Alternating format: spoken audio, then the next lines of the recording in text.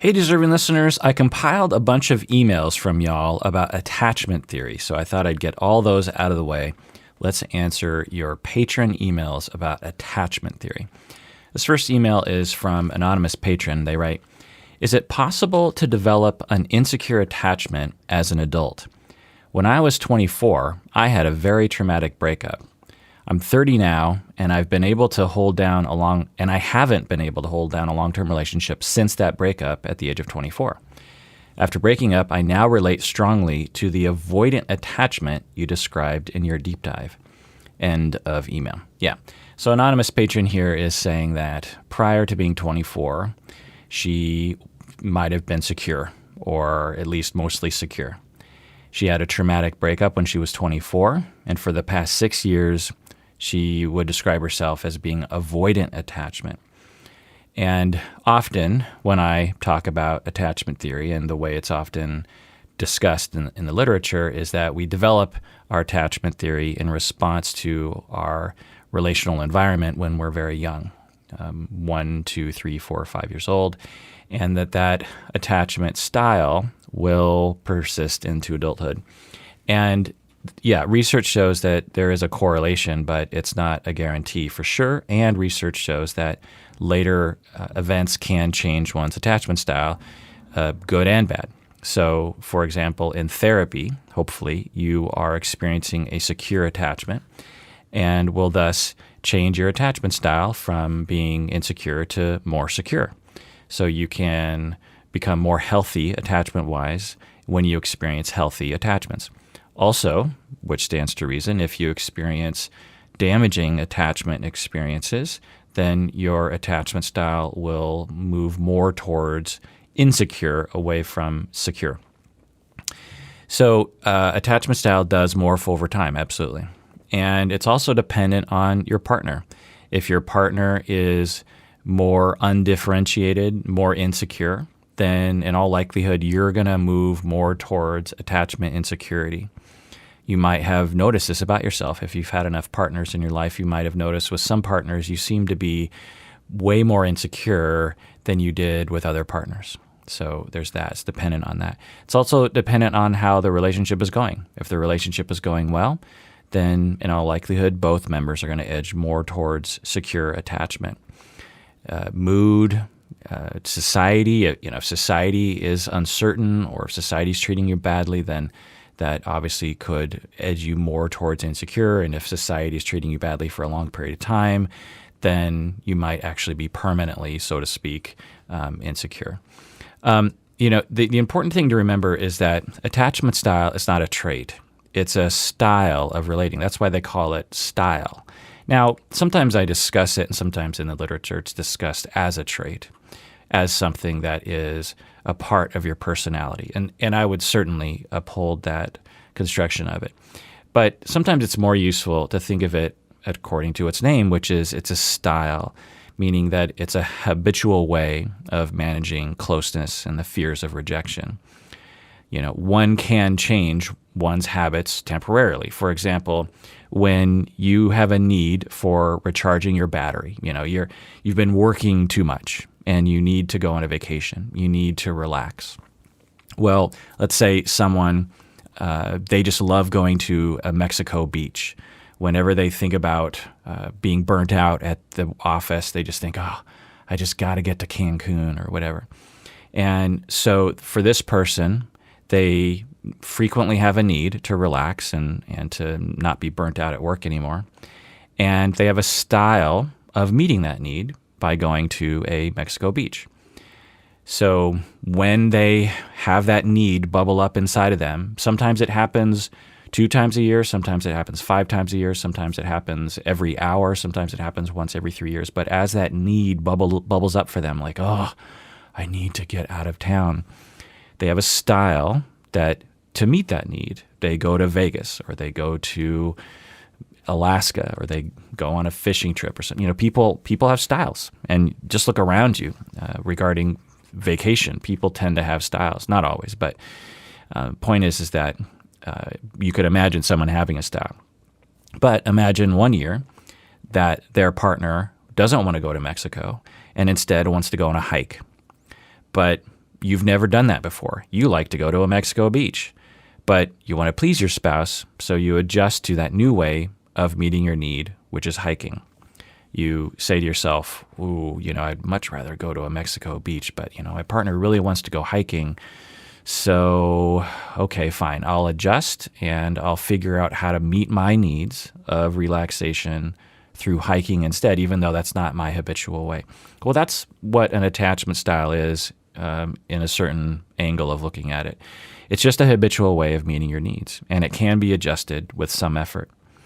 To further this analogy, in the past, let's say that you've been attacked by a bear while hiking. So you really do not like hiking, because when you think of going into the woods, you think of that moment in the past where a bear attacked you. And you tried to go hiking again after the bear attack, and you just cannot relax. And so when you think about relaxing and getting your needs met for getting away from work, you do not think of hiking. You're just like, no, I do not relax when I go hiking. But let's say you put your mind to it and you're like, you know what, bear attacks are pretty rare. And so I'm going to do baby steps. I'm going to start out with a little hike and then a bigger hike. And then eventually I'll habituate to hiking. And then I can get my needs met through hiking. I can get my relaxation, vacation, recharge my battery needs through hiking. But the only way I'm going to be able to achieve that is if I habituate to that habit, if you will, by having my body learn that hiking is actually not scary. People learn as children how to get their attachment needs met. For secure people, they learn that they can assume that they are lovable and that others can be trusted. For secure people, when they were being raised, most of the time they were being treated in a way that told them that they were a good kid, and that they were lovable and likable and good enough and capable and worth it and worthwhile and important enough, not all the time, of course, but enough, such that the child says, you know what? The world is teaching me that I'm lovable, and the world is also teaching me that I can trust other people, for the most part. Not all the time, but for the most part. And so when I walk around in the world, I have a style of relating to people that comes from that working model, that I haven't been told anything nice to me today for a little bit of time, or I haven't been shown today that my relationships are secure. But I know from past experience, since I was born, that I can trust other people, that even though I'm not close, even though there's no direct evidence of them telling me that they love me today, I can trust that they do love me. Because when I was a child, that's what I learned over and over and over again, was that love was constant, it was unconditional, it was stable. And so even though I don't have any direct evidence in front of me right now that my loved ones love me, I trust that they do love me. And I also trust that if I really want reassurance, that I can ask for reassurance, or I can have a bid for attention or love by texting my partner or saying I love them or holding their hand, and I trust that they will respond well, because since I've been born, that's how it's always worked out. And so I don't have a complex about reaching out. Okay, so that's secure attachment. Now, of course, securely attached people, as we call them, don't always have that perspective. That's one of the falsehoods that often is learned by attachment theory, is somehow that for securely attached people, they're always happy and they never get upset and they're never hurt. And this is just ridiculous. No one is securely attached all the time. Take it from me.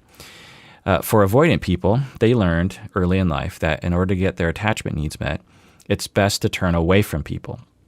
For them, being vulnerable is their hiking and being attacked by a bear. For the hiker who got attacked by a bear, they don't want to go hiking anymore. They learn that in order to get my vacation needs met, I cannot go hiking. That's just not a place to go. I need to go somewhere else to get my attachment needs, my vacation needs met. I need to go to Mexico. So for the avoidant people, they learned being vulnerable is bad. Do not be vulnerable, because although it seems like that might be a route to getting my needs met for attachment, it did not work out in the past. So let's just, as a heuristic of of rules to guide my life. Let's not be vulnerable because that will be bad. For preoccupied people, they learn early in life that it's best to amplify one's needs, to be ultra vulnerable, if you will. And for them, to be temporarily separate is their hiking. For them, when they are left alone, or when people aren't paying attention to them, or when there's not direct evidence of contact with other people, that's their hiking. That's their bear attack. And so they run from being slightly separate from people, because to be slightly separate for them when they were young usually ended up being traumatic for them. And so they learn that to avoid separateness. And so they're in a constant state of doing one style of relating to other people, which is to be extremely vulnerable, to be demanding, and to seek closeness on a constant basis. Because if they didn't do that when they were young, then bad things happened. In the same way that for the hiker, when they went hiking, bad things happened. So you avoid that, and you instead try to get your needs met through only one way. So to extend the metaphor even further, it's probably best to get our vacation needs met in a variety of ways, particularly if we're going to vacation with other people, because other people are going to have other ways that they want to vacation. And so to be routed into, let's sort of take it to a severe case of, let's say someone, the only way they can relax is if they go to Baja California in Mexico, that they just have to go to Cabo. That's their only option. They everywhere else, they just cannot relax. Well, now let's say, they live in Minnesota and they don't have the money to get to Cabo, or it's the pandemic and they don't have it's not possible to go there, or their spouse just doesn't want to go to Cabo again or something. There's just all sorts of reasons why you can't go to Cabo. But because this person is so rigid on going to Cabo, they have to forego getting their needs met until they can get to Cabo, instead of being flexible to other ways to getting your vacation needs met. Maybe just a day trip, maybe a road trip, maybe another place with another beach, I don't know, Lake Erie or something. But the point is that when we get locked in on a certain way, then we are limited in our ways of getting our needs met. And that's what insecure attachment does to us, is that for secure people, they have a lot of flexibility that can react to the situation. For insecure people, they're kind of routed into a limited way of getting their needs met. It's not entirely accurate way of putting it, but I hope you get my connection to the analogy. I'm always curious as to what I'm going to do with my analogies. But anyway, the other thing here is that for some people, they're a mixture. So to extend the analogy even further, some people like hiking, but only if the hikes are short and in nice weather. So if we're going with people that love to go to Mexico beaches, let's say you have someone that by default they love going to a Mexico beach, but they also like to vacation but hiking, but only if the hike is short and in nice weather. These people often go to Mexico beaches, but sometimes they also want to go hiking if the conditions are right to get their relaxation needs met. In the same way, people can have a mixture of attachment styles, where some people might amplify a preoccupied person will amplify their attachment reactions to get their attachment needs met, but occasionally they also like to avoid others. And they also like to get their attachment needs met by just avoiding other people. They like to manage their attachments and to manage their worries of rejection by just saying, you know what, I give up on life. I give up on relationships, not life. And so that's another thing that people will say, well, I feel like I have parts of avoidant, parts of secure, and parts of preoccupied. I don't understand. Well, research shows, and anecdotally, that people can be a mixture. It depends. Now, for some, when I talk with them, I will for myself, if I was to conceptualize it, and of course it's just a conceptualization, it's not like a blood test gives us a reality of someone's attachment style, but the way I conceptualize people is such that a lot of times I will say something like, well, after talking with you, even though you're framing it as a mixture, I would say that you're actually more this attachment style, and sometimes this happens. Like, for example, some preoccupied people will say, yeah, when I read the preoccupied attachment style list, I'm definitely that. But there are times in my life when I'm very avoidant. And so when I talk with them, they will tell me their story, and I'll discover for my own conceptualization of them that I would say, yeah, I would absolutely call you preoccupied, but occasionally it becomes so overwhelming for you that you actually will just stop relationships because it's totally overwhelming. That's not avoidant style. Avoidant people are avoidant consistently, usually. And in fact, avoidant is one of the most consistent attachment styles you'll find. People, because it's very stable. In fact, avoidant people tend to be very stable because of that reason. They just aren't affected by other people. They don't even notice other people, really, because early in life they just neurologically turn themselves off to other people. And so there's a lot fewer factors that will affect their mood and their life. And they're so much more insular to themselves. And so they will, they're suffering for sure, but their suffering is more consistent over time. And so for someone to say, you know what, I'm preoccupied a lot, but I'm temporarily avoidant, that doesn't really fit the spirit of the concept of avoidant people, because avoidant people are avoidant all the time. Now, it just depends on how you look at it. Another clinician might come along and talk to that. My dog is barking at the male person. I swear, I go whenever my dog's like this. I go into the living room and I go to him. And I'm like, okay, I get it. Thanks for telling us that someone's outside. That's great, but we don't need the 10,000 barks. And with the pandemic, there's a lot of deliveries these days, right? Food delivery and blah blah blah. And so the dog barking happens a lot. I mean, it's not a big deal, but when I'm recording, I'm such a, I don't know, what do I say? I'm such a rigid recording person. I like the recording to be pretty good. And so whenever there's an anomaly, I get a little miffed. But anyway, hope it doesn't bother you. All right, let's go on to another email. All right, this next email is from patron Yasmin from Copenhagen. She writes, is it possible for you to talk about emotional manipulation and how it relates to attachment? What is an emotional manipulator? How is an emotional manipulator created? What went wrong in the mother-child dynamic that created a son that becomes emotionally manipulative in future relationships? End of email. Okay, well, so the first thing I'll say is that emotional manipulator is not a term in my field. I don't ever hear people, I'm guessing some clinicians talk about this, but it's an internet thing, I'm guessing. There's a lot of material on the internet talking about, narcissistic abuse, emotional manipulation, gaslighting, these kinds of things. And some people have said, I know Kirk doesn't like the word gaslighting. I don't not like the word gaslighting. I just think that it's overused.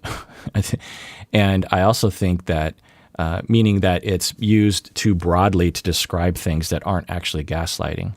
A lot of people are in relationships where they feel hurt justifiably, and they're looking for some kind of, story or narrative to tell themselves as to why they got hurt, why they got dumped by someone, or why they got ghosted by someone, or why someone cheated on them. And they will look to the internet, and the internet will provide these kinds of answers. It's like, well, you dated an emotional manipulator. That's what happened to you. You dated someone who was a gaslighter. You dated someone who was, a narcissistic abuser. you dated a malignant narcissist. There's all these catchwords. I'm on the internet a fair amount, so I see this stuff too. And it's not that these things aren't real. It's just that they're overused. If I don't know, but I'm guessing if you did a poll of like how many of your past relationships were either a gaslighter or emotional manipulator or a malignant narcissist, I would venture to say, according to a certain group of people on the internet, they would say like 80% of their, particularly men, because this is sort of a women internet thing potentially, that they would say, but men certainly do this as well, that they, this group of people on the internet would say like, oh yeah, 80 to 90% of the people that I've dated have been malignant narcissists. And that's just statistically not likely. It's likely what happened was a variety of things that led to the breakup. Maybe the person just wasn't into you. Maybe the person was immature. Maybe the person was had traumas of their own and were being triggered. Who knows? There's just a variety of possibilities that are potentially present when we look at a breakup. Malignant narcissism and emotional manipulation, as it might be conceptualized on the internet, it isn't necessarily like. Now, are there malignant narcissists? Yes. Are there emotional manipulators? Yeah. There are psychopaths in the world. There are people who purposely try to hurt other people. I've met these people. I've treated these people. They're real. They're terrible. They're very destructive, and they can be extremely scary to be around, and will just create a wake of heartache and pain for themselves as well. I mean, that's the thing that people often miss about these disorders, is that for the individuals, they do not usually benefit from their disorder. People who have narcissistic personality disorder, people who have psychopathic personality disorder, people who are antisocial, every person I've met and treated and heard about with these actual disorders are suffering tremendously, not only just emotionally, but also in their lives. Their lives are train wrecks. And so to just look at someone and be like, they hurt me or they lied to me, they're a psychopath or they're a narcissist or they're an emotional manipulator is, it's not a clinical term. Now, you can say to yourself, I felt as though I was being gaslit, or I felt as though I was being emotionally manipulated. That's fine. But to diagnose someone as they are this, I have diagnosed my past partners as being emotionally manipulators. Well, now we're getting into clinical psychology world, and that's where I'm going to say, let's pump the brakes for a second. Again, if you felt as though you were being lied to, and if you felt as though the person treated you like a psychopath, or they seemed to be narcissistic in a way that harmed you, you are 100% free to say that. That's not a diagnosis. It's not a label. It's not a judgment clinical call that you're making about another human being. Okay, so when Patron Yasmin from Copenhagen says, what is an emotional manipulator? I don't know, again, because it's not a clinical term, but I'm guessing what the internet is referring to is you're with someone who tries to get you to fall in love with them by being very nice, and will pursue you a lot, and will make you feel like you're on top of the world, like you tend not to trust people, but this person really got you to trust them, and you over time fell in love with them and became attached to them, and then they just, for whatever reason, something happened and they just rejected you, and then you start to construct a narrative about them that maybe they never did love me, and they were just manipulating me the whole time. I'm guessing that's a scenario that people would, for themselves, apply the term, that person was an emotional manipulator. So if we're going off of that, I don't know. There's a number of other scenarios. But if we're going off of that, why would that happen? If you're looking back on a relationship and you're just like, that person got me to open up to them. They seemed, totally trustworthy, and They said a lot of things, and then later did things that made me think the whole thing was just one big, massive manipulation. Okay. So why would someone be that way? Well, again, one is that they did love you in the beginning, and they just fell out of love with you. That happens. And it's a hard thing for people to accept. And, it makes sense. But I think we can all, I hope, agree that when you just ask someone, say you just grab a random 30-year-old and you're just like, okay, tell me about everyone that you thought you were in love with. Just list and really, be generous. Don't be conservative here. Like go back to when you were 10 years old and let's go forward and just tell me everyone you thought you were in love with. And the person would probably rattle off, 10 people, maybe a few. Some people would be 25 people that they thought, well, there were a lot of people that in the first few weeks I was thinking, whoa, I think I'm really in love with this person. Okay.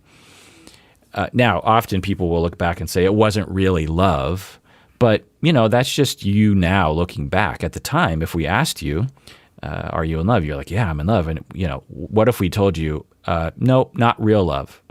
You'd be like, F you, it's real love. Okay, so love is in the moment. It's, love isn't something we look back on. Love is something that we feel in the moment. So now, out of all those loves, so say you've had, 5 to 10 moments where you were like, yep, I was in love.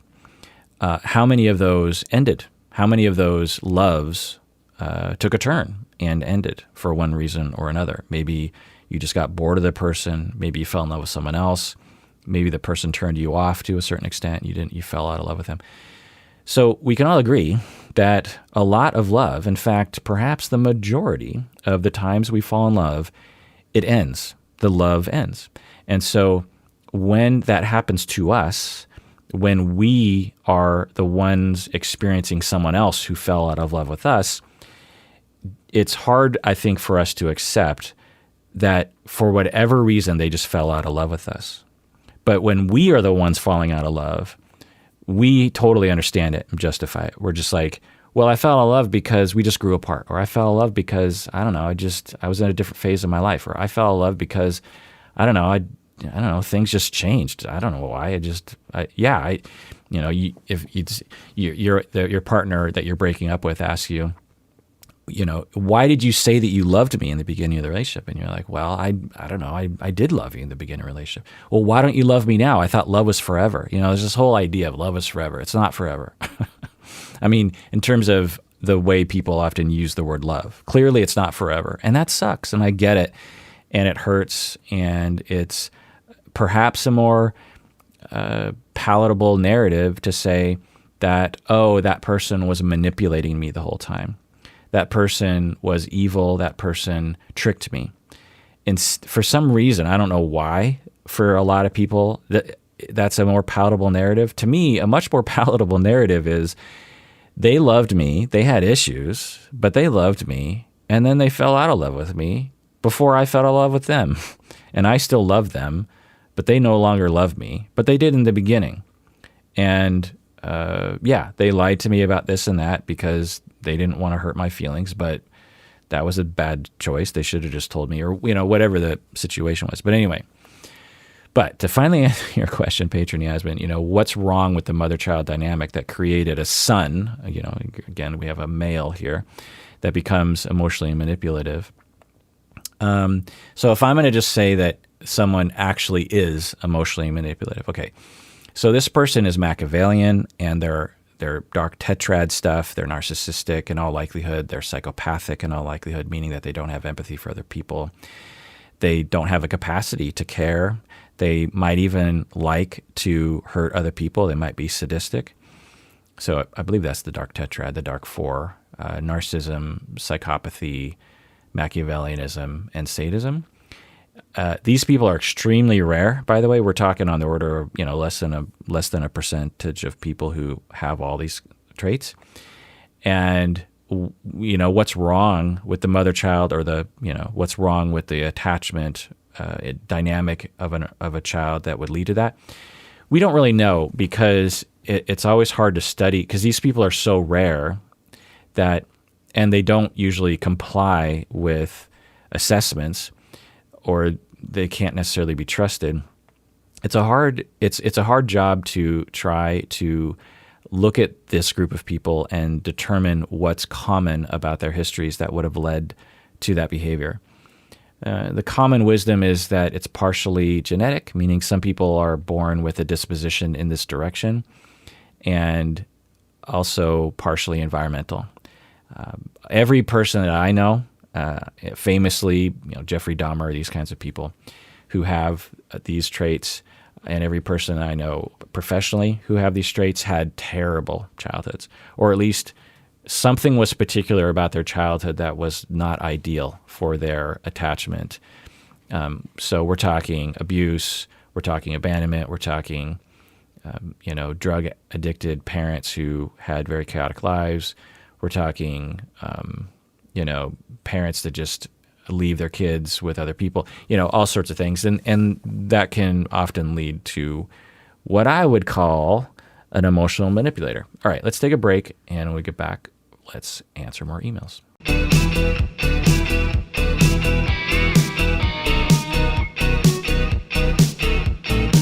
All right, we're back from the break. If you haven't become a patron of the podcast yet, that's how we know you like what we're doing.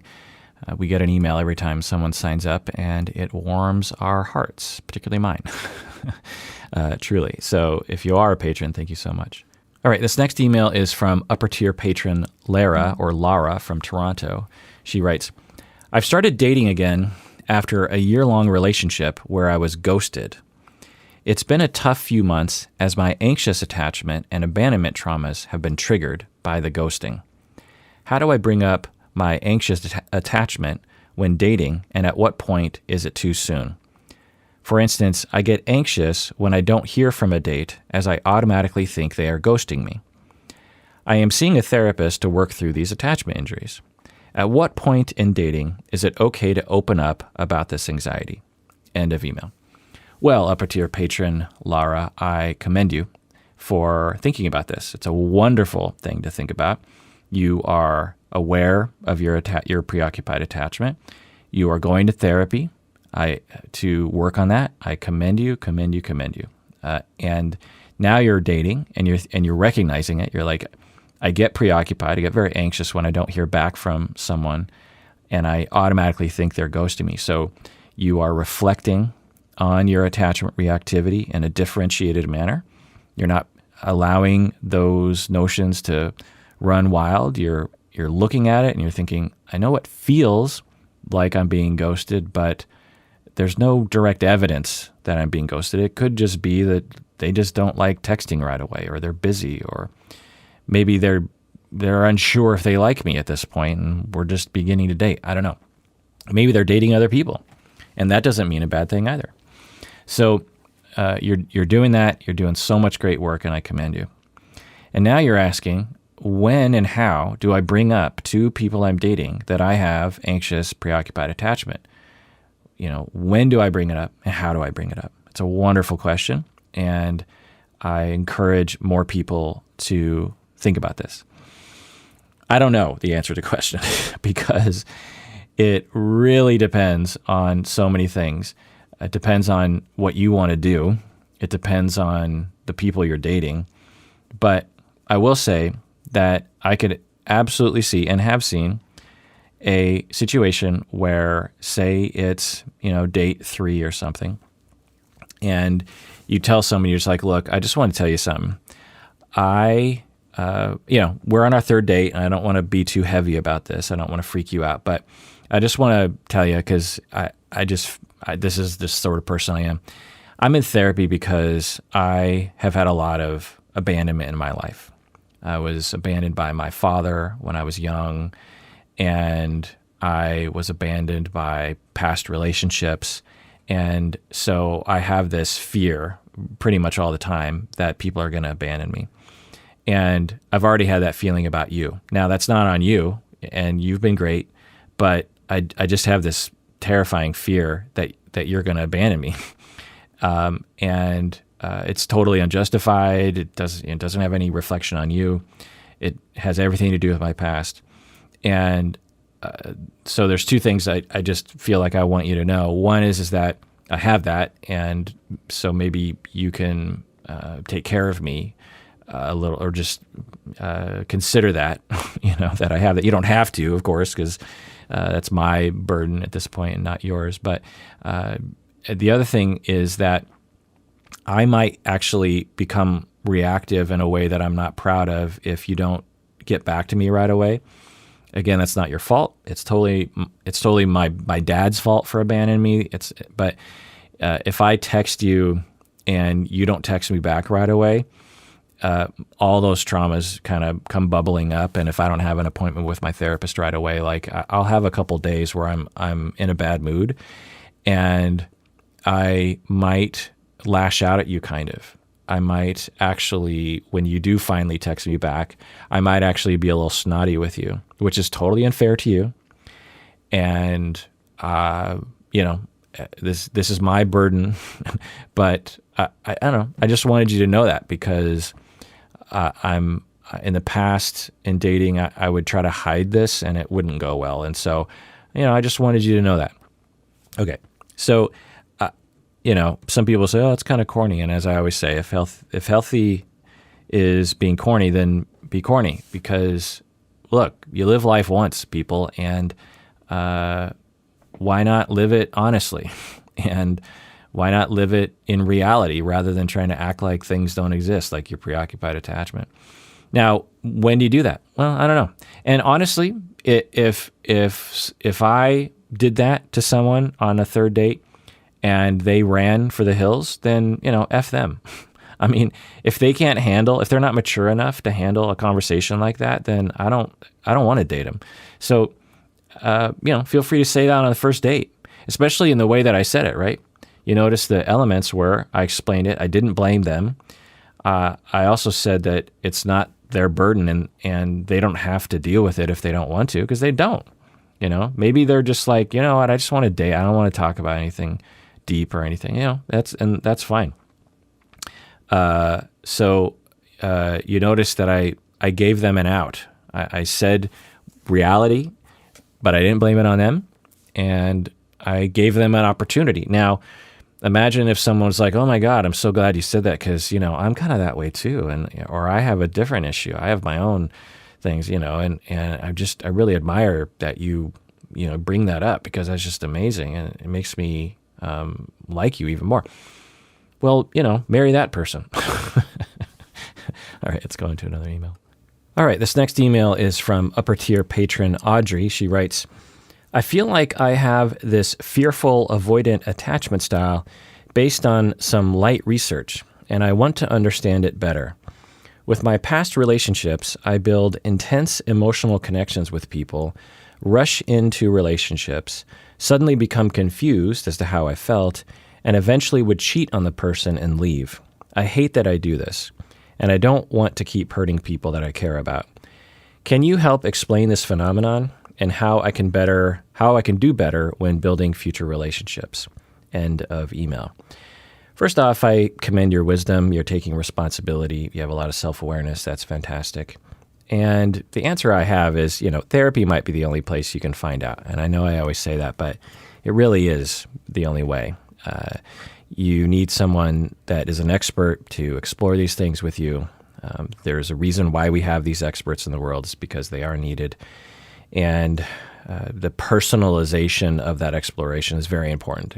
As I said before, I'll work with people who, they're smart, they understand, and eventually we will get to a place where they very much understand their attachment style, they very much understand their relational traumas, but that does not change the fact that they will be in denial about it sometimes. It'll be hard for them to remember. There are relational trauma reactions that will convince them of old ways of thinking, and it takes years. It takes a long time.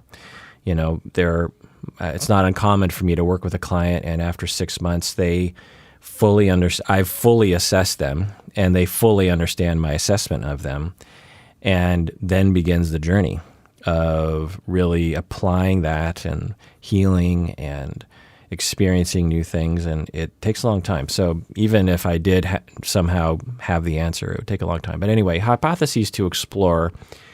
Yeah, fearful attachment is one. Fearful avoidant, or disorganized, sometimes it's called.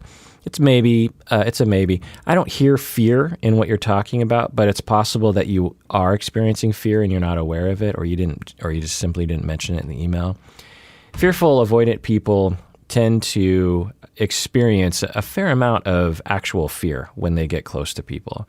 Just a real sense of terror that they're going to get hurt, or just an unnamed fear that it's hard for them to put a sort of a word to. Anyway, so I'm not really hearing that, but it's possible. I mean, definitely insecure attachment is probably present. There's a flavor of insecure attachment and personality disorder that we call passive aggressive. Now, in the common language, passive aggressive is used in a certain way. This is the clinical definition that was developed decades ago and is different, much more precise and much more comprehensive and much more, valid. And essentially, in a nutshell, you can listen to my whole deep dive on passive-aggressive personality disorder. Go to our website, find out when that was. I think it was, a few years ago. Anyway, you have to be a patron. But people who have passive-aggressive personality, for reasons related to their early childhood, they will feel hurt and scared of people, as everyone does. And their way of coping with it is through passive aggression. They will have hostile motivation, and they will express that hostility in a hidden or passive way. And one of the ways that some people will express that hidden hostility is through cheating and through leaving.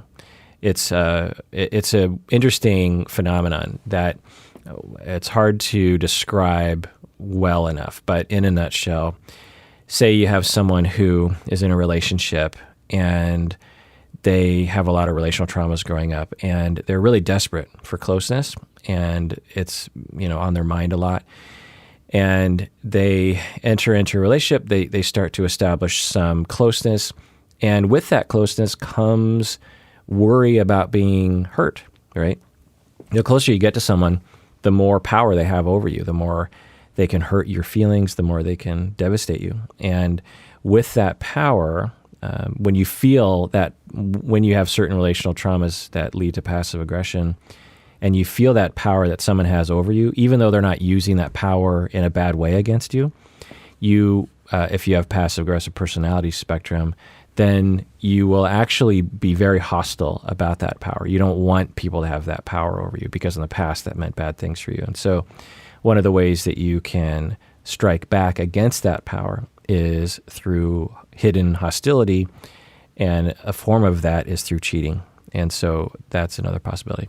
The other possibility is that you lack a connection with yourself and you don't really know what you want, and you end up in being attracted to people and engaging in relationships that you actually don't really want to be in. And then at a certain point, you cheat, but another way of saying that is that you never really wanted to be in the exclusive relationship to begin with, but you didn't really know that.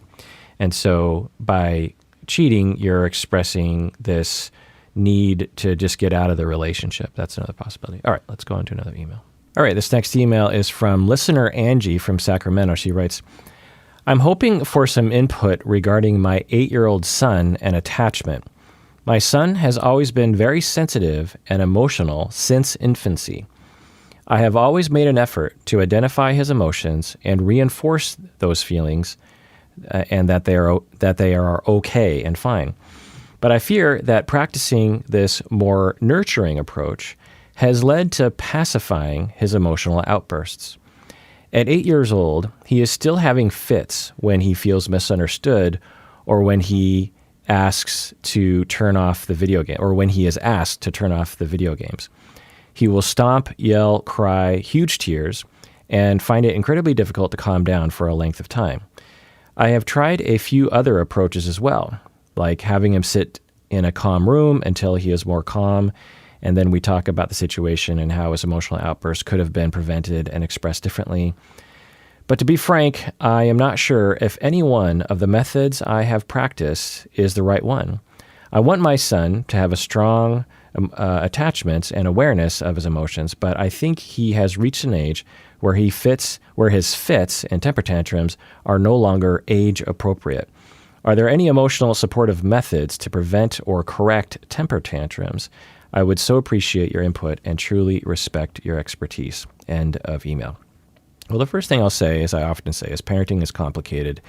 And anyone who gives advice about these kinds of things and acts like parenting is not complicated doesn't understand what parenting is and has never been a professional who has helped people.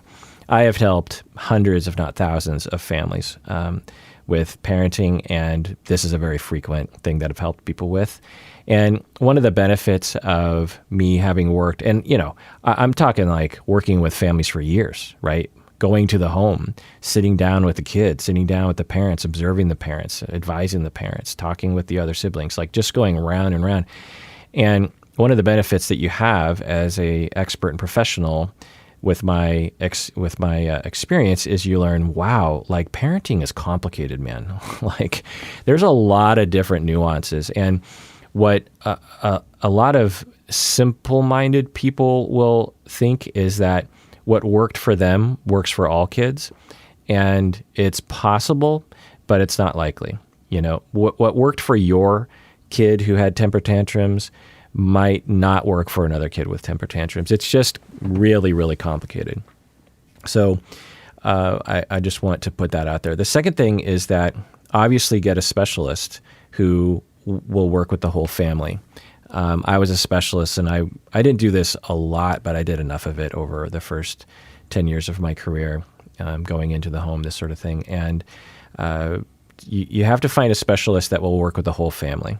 There are quote-unquote specialists that won't work with the parents, which drives me nuts, because how are you going to help the bigger picture if you just talk to the parents? So personally, I would find a family therapist who specializes in 8-year-olds who have behavioral problems.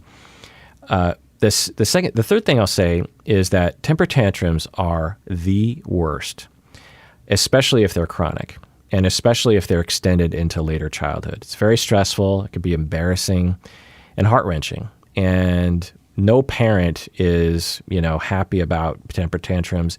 You, absorb their, just unbridled emotion. It's hard not to absorb that, particularly if you don't have someone that you can pass. Best case scenario when you have an 8-year-old who's having a lot of temper tantrums is you have like 5 adults, and whatever set of adults has the most capacity to deal with that, they're the ones that step forward and the other ones take a step back. A lot of times what we're looking at is a single parent with a kid like this, and that is not sustainable. You cannot parent a kid who throws these kinds of tantrums by yourself very well. It's hard to do. So it takes a village, particularly with kids who throw temper tantrums like this. So you end up judging yourself, like, what am I doing wrong? So, it's, and anyone who, doesn't, who looks at this is just like, well, I dealt with it with my kid in this really easy way. And okay, fine, good for you. But you don't know, by the nature of this email from listener Angie, I know what she's talking about. I've been there. And the kind of temper tantrums that I'm quite sure I would see if I were actually in the home are severe and long-lasting and unreasonable and powerful and unrelenting and very stressful, and nothing works to stop it. And it's rough. It is very, very rough. And that's why it takes a village, because if it's that much stress, it needs to be passed around and shared. So some things to possibly consider are that his emotional outbursts are potentially within normal limits. He's 8 years old. People often will, everyone has sort of a different gauge of what is quote unquote age appropriate. And for some, a temper tantrum at 8 is normal, and for others it's not. And there's no real way to measure that. I'd have to see it. But it's possible that if you just ride this out another couple of years, it'll just go away, and that he just extended his temper tantrums a little bit longer than other kids. In the same way that sometimes kids develop language a little later. Some kids learn to walk a little later. Some kids learn math a little later. There's a lot of capacities that kids will develop over time, developmentally, and not every kid is the same. So it's possible that it's just, just normal and you're doing everything great.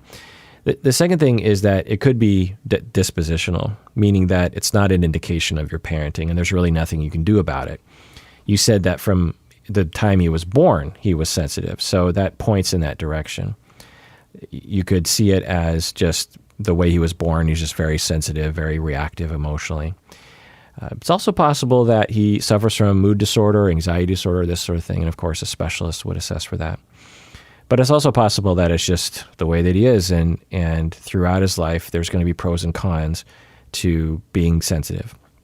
You're experiencing some of the cons right now, which is temper tantrums, but there are pros.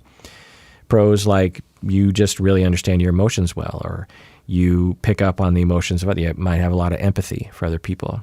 You might be very creative. There's a lot of different pros to being sensitive. So who knows? But my point with that is that, a specialist might find that that's the conceptualization and thus, just stay the course with your parenting. Because that brings me to my third thing, which is that your approach, parenting-wise, sounds good from your description. I can't tell. I'd have to observe it. But from your description, it sounds great. You're helping him calm down. You're talking about emotions. You're helping him communicate his emotions in different ways. That's fantastic. So from your description, I can't imagine changing that. Like, what are you gonna change that to? And that brings me to my fourth point here is when I hear the phrase age appropriate, I get a little worried, honestly. I don't know, but often that is associated with some sort of self-judgment as a parent, or maybe even people pressuring you, like school people, or I don't know, just other people pressuring you as a parent. I'm just like, I don't think that is age appropriate. Now, there is such a thing as age appropriateness for sure, but we have to be careful when we go down that road, because some parents, when they go down that road of like, my kid is having temper tantrums that are not age appropriate, and thus I need to discipline the kid. That's often what they're really getting at is you need to discipline this child. You need to not coddle them. You need to not just listen to their emotions. You need to put them in timeout. You need to tell them that there's a limit. You need to tell them to stop. Now, as I said from the beginning, parenting is complicated, and I'm not saying that those strategies aren't going to work. Maybe they will, and that's what a specialist would experiment with you. I've done that sort of work with parents. But what often happens is that parents are doing great from your description, just giving the kid space, having a conceptualization that the kid doesn't have any control over these temper tantrums, just staying the course and just suffering through it as best you can and not really thinking there's much more you can do about it.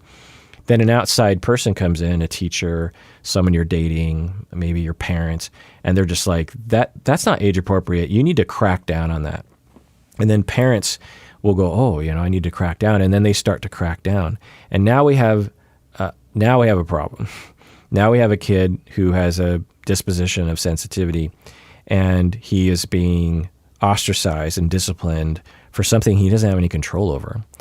And there's a lot of examples like this when kids have ADHD, when kids are highly sensitive people, when kids have anxiety, whatever it is, there's this knee-jerk reaction from a lot of people that you need to discipline it.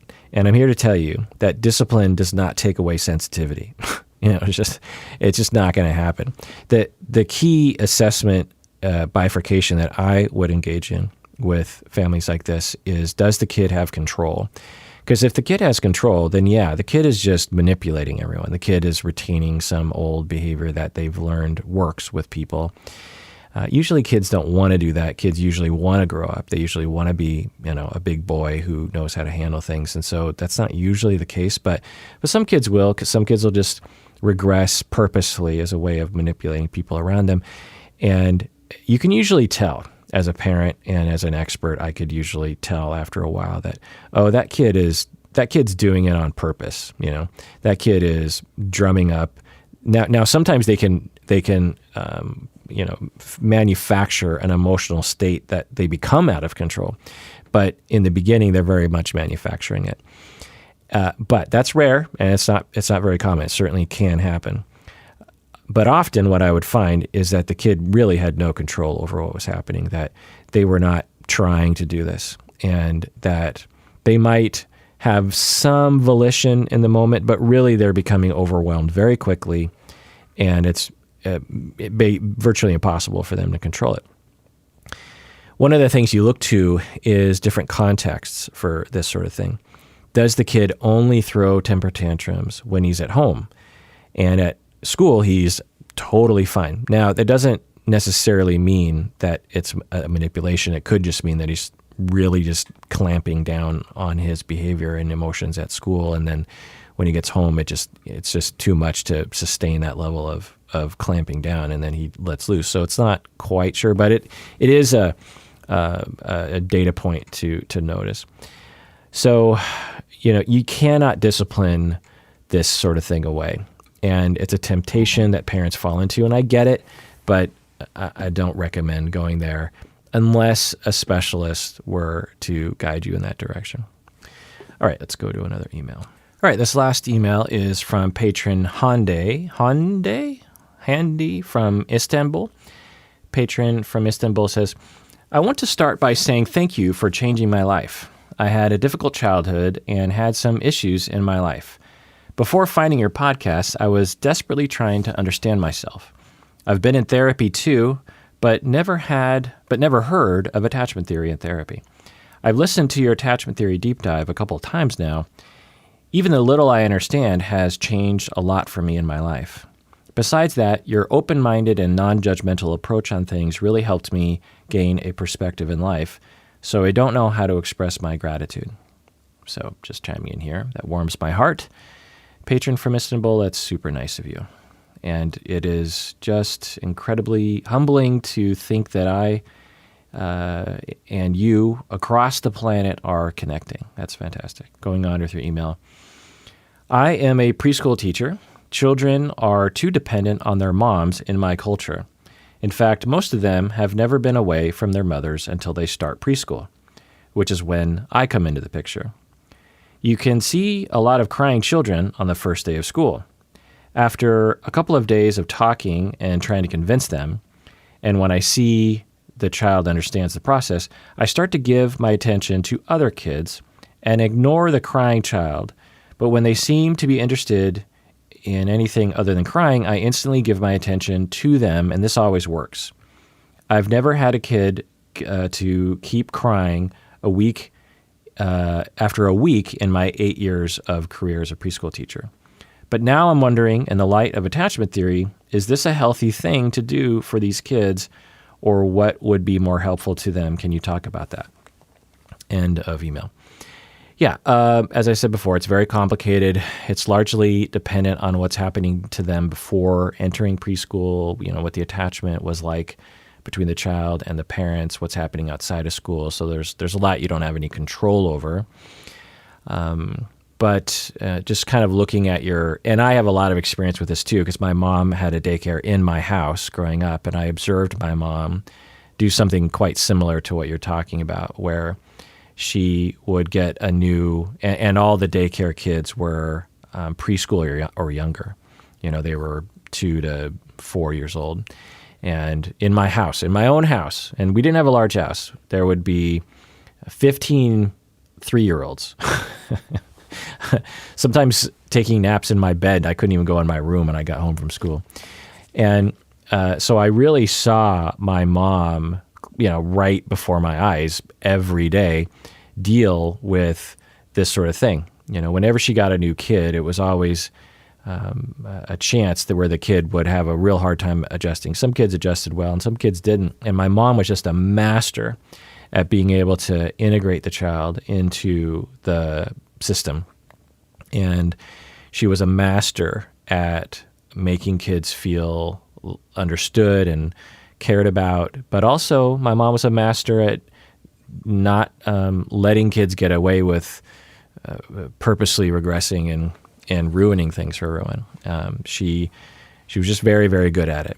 And it's very complicated. There's a lot of nuances to this, and there's not anything I'm going to be able to say that is going to fully encapsulate like what one should do in a situation like this. But it's great that you're thinking about attachment because that is something to consider. Some kids develop insecure attachment in part due to their experiences in daycare and preschool. When you drop off a kid at daycare or preschool, there is a risk that the child will experience that as an emotional abandonment and a lack of security. They're also so just that fact of being separated from one's parents can actually be trouble for a kid. It's always trouble. It's just a matter of to what degree, right? Also, in daycare and in preschool, there can be bad things that can happen as a result of interactions with other kids or the teachers or the daycare runners that can lead to attachment insecurity as well. So there's a lot that we can say, but just a side note here, we have a society, and maybe in Istanbul as well, but in the United States, I can speak to this culture that we value money, capitalism, and working, and it's very common for it to be assumed that pretty quickly into a child's life, they're going to go to daycare. And this isn't always a good decision. Now, I'm not saying that women should stay home with the kids. That's often sort of the rhetoric where this goes. But we evolved as a species who were never separated from our family and our tribe. There was no office that mom and dad went to 100,000 years ago. We gathered food. We, did all of our caveman things with the kids either on our person or nearby. And thus, kids were never faced with being separated from us. So it makes sense that we have to be careful about that. And we can't just give into a cultural norm of, two parents, they often work. I have a career I have to do. And so daycare is just going to be part of the thing. As soon as I can get back to work, the better. Now, this is very complicated. I'm guessing I'm triggering some people. Most parents will send their kids to daycare. Certainly, most parents send their kids to preschool. And many kids grow up fine, having been in that situation for sure. I went to preschool when I was a child and really loved it as a kid. I remember it. Actually, I have pictures from back then, and I remember really liking it. Now, having said that, my mom was actually at the preschool, so maybe that helped me. So I'm not saying that preschool and daycare are bad things, but I'm saying that it needs to be carefully considered in light of attachment theory. There's a lot of different things to look at, which I'll get into in a second. So really what we're thinking about are outcomes. And as a preschool teacher, you have this system that you acclimate children to the preschool. And you say, you really try to give the kid a lot of attention at first. And then if they keep crying, which they often do, then you give your attention to other kids. And when the kid stops crying and engages in some other activity, then you return and give your attention back to that kid. And you say this always works, that in your 8 years, you've never had a kid cry. They eventually give up on the crying and they integrate themselves into the system. So there are two possibilities, both of which, I just don't know on a kid-by-kid basis, but two possibilities. One possibility is that this is actually a good thing that you're doing, and this is something that the kid needs to go through, and that you're dealing with it really well. There is some wisdom to just turning away when a kid decides to cry and have a fuss. That does work sometimes and doesn't harm. The second possibility is that some of the kids are being harmed in that they're just giving up. There is an old tradition of just leaving your toddler in the crib in a bedroom and closing the door, and you just have kids cry it out. Now, this is complicated, as I was saying earlier, because some kids will cry as a way of manipulating, and they benefit from learning how to, sleep in the crib by themselves, and they benefit from learning how to, have some independence at a certain age. But there are other kids who this is just not good for, or it's not good for their current stage, and I'll get into how to evaluate that. And it's very complicated. But Some kids, if you do this technique with, where you turn away from them as they're crying, they might actually be giving up, meaning that they are concluding, oh, I can't depend on people. I can't depend on her. I can't depend on anyone. So I'm going to cut off myself from my feelings, and I'm just not going to pay attention to my needs because no one else is going to pay attention to me. There's a lot of kids who are left in the crib by their parents and neglected in this way, even though the parents are following what they believe to be the right thing to do. And the outcome is, what they want. They want the kid to stop crying, right? They want the kid to sleep through the night. Okay, mission accomplished, but at what cost? Has the kid concluded that they just can't depend on you and they just gave up on attachments? That happens. We call this avoidant attachment. So it's very complicated. So you can go to daycare, you can go to preschool, and things can work out. You can not go to preschool and daycare, and things cannot work out. So there's no guideline here of like, well, if you want a healthy kid, don't send it to daycare. That's not what I'm saying.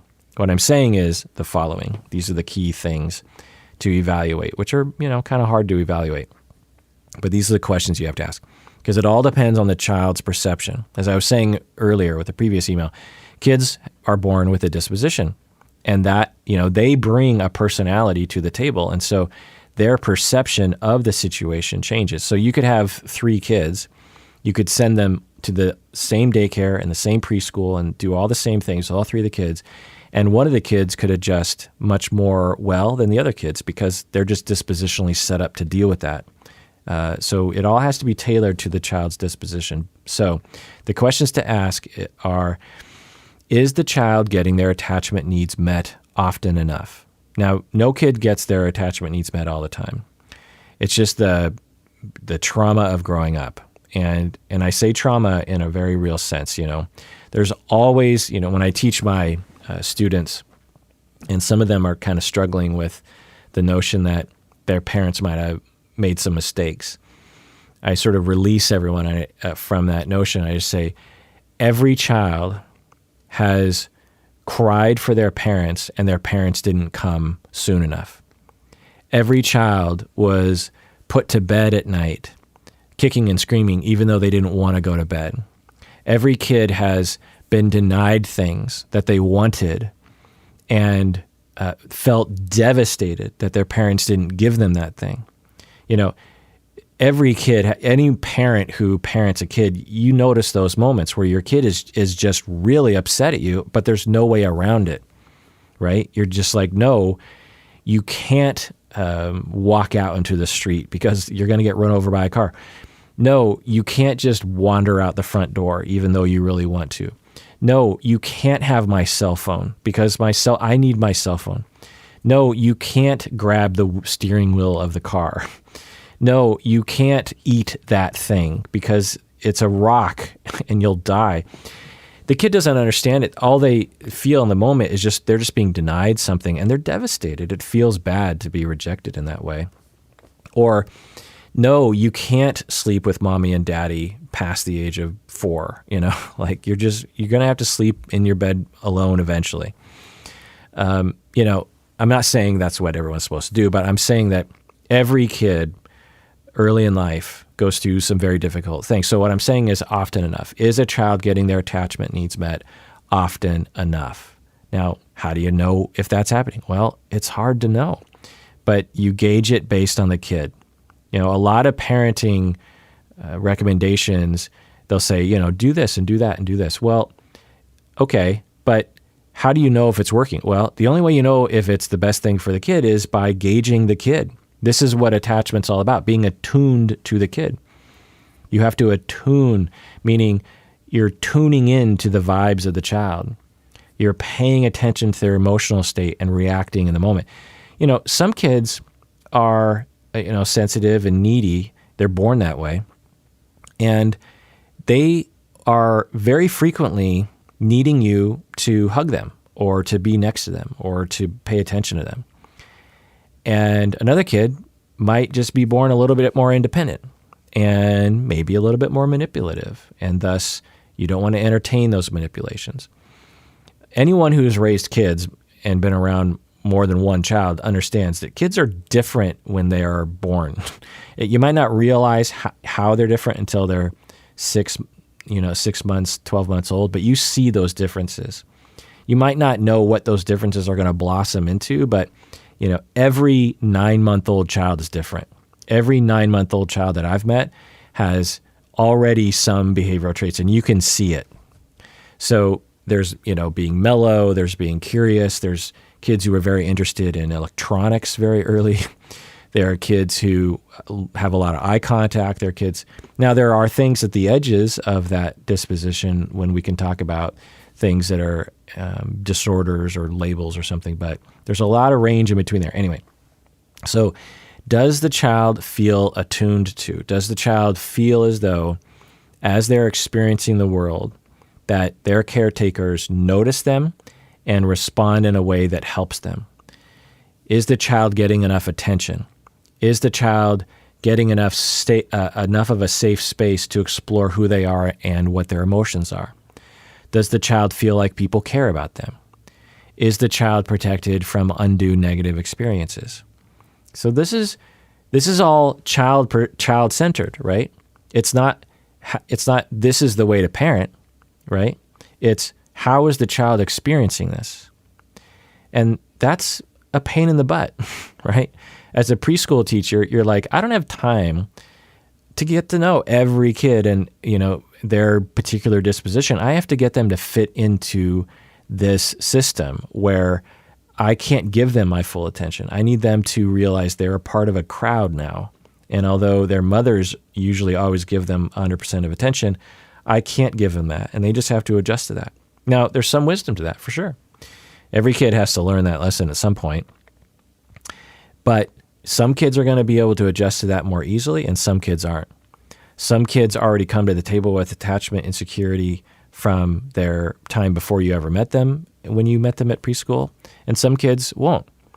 So it's kid by kid specific.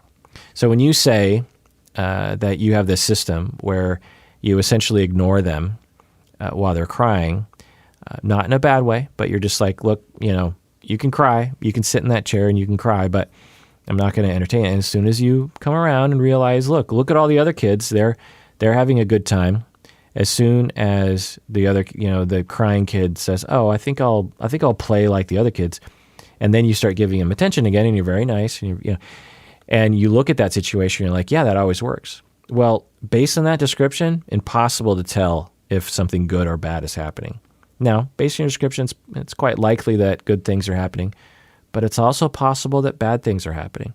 That the child, because of the disposition or attachment style they already bring to the table, is actually giving up and saying, you know what? All right, I learned my lesson. Don't be vulnerable. Don't express your needs. Don't even notice your needs. And fit in. And don't create waves. And don't, ruffle people's feathers.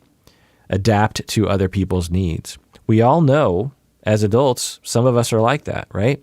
Some of us as adults believe that we don't matter, believe that we can't be vulnerable with people, have a hard time connecting with our emotions. Why are we like that? Well, because when we were young, no one cared about our emotions. People made us feel like we were worthless. People made us feel like we didn't matter. And innocent parenting or preschool teaching methods can actually reinforce that in some children. Now, I'm not saying you shouldn't do this. I don't know. You would have to assess it on a child-by-child basis, and it's a lot of amorphous assessment of, is the child getting enough attunements? It's hard to measure that. Like I said, not every kid is attuned to all the time, so what does that mean? And you can't even gauge their behavior afterwards as a good indicator either, because, like I said, some of the kids might be behaving well, but it's only because they gave up on humans. So, it's just hard to know. Now, is it your job to do this? No, I don't think so. It's the parent's job. And if there are indications of issues, it's hiring a specialist to help with that. So I hope that is sufficiently ambiguous to communicate how complicated raising children is.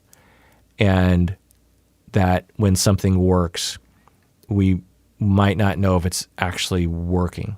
Like I said, earlier, when you leave a kid, you have a kid that's crying all the time and can't stand being left alone. Well, all parents understand, look, eventually the kid's going to have to learn how to sleep on their own, whether it's now or later. Eventually, they can't sleep with us all the time. And they just have to realize that it's bedtime and they need to go sleep. Okay, every parent understands that. Now, attachment parenting-oriented people would say, well, when the kid is ready, and maybe that's when the kid's 8 years old, that's when we actually put them in another room. Then there's nothing wrong with that either. But there's room there, obviously. And one parent decides, you know what, we're just going to break this child of this crying. We're going to put him in the room at the crib, and they're just going to cry it out, and we're going to walk away. Well, and at the end of whatever period of time you do this, a week or so, the kid just stops crying. Okay, mission accomplished. You achieve that mission. It's impossible to know, based on that description I just said, whether that's a good outcome or a bad outcome, because you have to look at the child holistically. What happened to that child? Did the child just learn, you know what, I can do things on my own. I don't need my parents. I succeeded. I slept on I feel like I'm a big boy now who can sleep in his own room. Is that the narrative? Is that the experience the child went through? Or my parents don't care about me. No matter how much I try to reach out to them, they don't love me, and I give up on humans. So you have to be attuned to a child overall, holistically, to even get a sense of the answer to that question. You can't just apply a parenting approach to a child without checking in with how the child is reacting to that. And this really applies to a wide variety of parenting approaches, by the way. And this is why it's problematic when people who had good experiences with a particular parenting technique with their own kids just judge every other parent for their way of parenting. Like, something that just drives me crazy is you'll be at the grocery store and there's parents and their 3 kids are in the cart and they're pretty wild, right? They're making a lot of noise. They're picking up things off the shelf and throwing it around, and the parents are doing their best to somehow manage it, and that creates anxiety around people watching this. And then some other parent comes up and talks to the parents and just says, like, I noticed that your kids are out of control. You really need to discipline them more. Okay. This drives me crazy because it's possible, I guess, that that's accurate. But it's also possible that the parents are actually doing the best thing for the kids at this moment, and you just don't know the bigger picture. You don't know where those parents are coming from. There's so many other possibilities that could be happening where if you knew the full story, you would agree with their sort of hands-off approach at the grocery store. You don't know. You have no idea. Now, there are certain things that you can say that are very likely problematic. It was, a few years ago, I was at a pizza place in Edmonds, Washington, just north of Seattle, and there was this parent who he comes around the corner with his young daughter. Kid was, 6 or something, and the dad was just having a very childish argument with the girl. It was almost like the dad was showing off to me and everyone else that was sitting at it was outdoor seating. And I got this impression that dad was like trying to show off, trying to, make it kind of jokey, but he was arguing with his 6-year-old child, and his 6-year-old, and it was clear that this was an ongoing thing because the 6-year-old girl was very adept at verbal argument with her father, and I was assuming it was the father. I mean, in all likelihood, it was. I mean, at the very least, it's a caretaker, and in no universe can I imagine that being a good parenting approach to argue like a child for long period of time. And I think he was aggressive and calling her names, obviously, like emotional abuse. And so there's a line. So if you see something in the grocery store that is beyond a certain threshold, then yeah, something bad might be happening for sure. So I'm not saying that you can't judge other parents, but there's a much wider variety of potential good parenting approaches at that moment that a lot of other parents might not understand. And as someone, as I said, who's treated hundreds, if not thousands, of families in situations like this, I'm here to tell you, it's just hard to tell. You really just have to know what the bigger picture is for the family. I mean, just throwing out some possibilities. So, you have the situation in the grocery store, the kids are out of control. It's possible that the parents just adopted these kids and the kids are normally completely out of control, but right now they're just kind of out of control.